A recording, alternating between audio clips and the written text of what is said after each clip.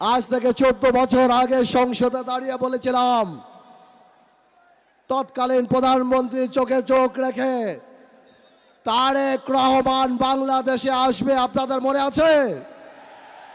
তারেক রহমান আলহামদুলিল্লাহ বাংলাদেশে চলে এসেছে। প্রিয় বরিশালবাসী, আসসালামু আলাইকুম।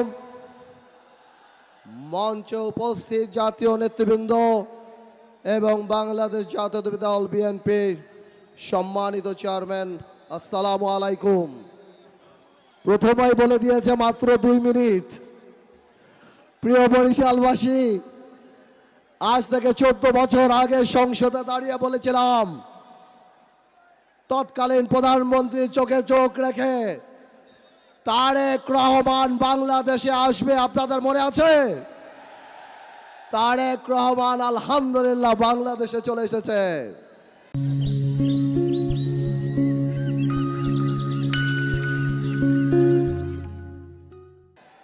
আর 7 দিন পর নির্বাচন ইনশাআল্লাহ। বাংলাদেশের যতগুলি পাবলিক মিটিং, জনসভায় দেখলাম তারেক রহমান ইতিমধ্যেই বাংলাদেশের মানুষের হৃদয়ের প্রধানমন্ত্রী হয়ে গিয়েছে ইনশাআল্লাহ।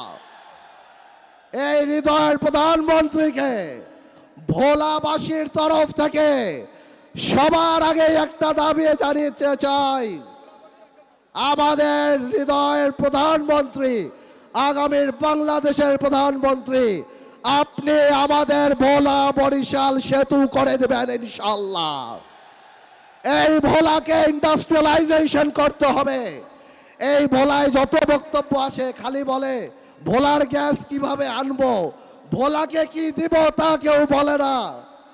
আপনার কাছে বলতে চাই, ইনশাআল্লাহ যেভাবে গণতন্ত্রের পক্ষে ছিলাম, যেভাবে জাতীয়তাবাদী শক্তির পক্ষে ছিলাম, আপনি ভোলার মেডিকেল কলেজ আর ভোলার বরিশাল সেতুটা করে দেন।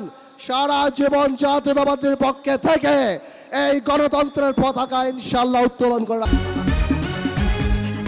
আপনারা দেখছেন অনুসন্ধান নিউজ 24 টিভি।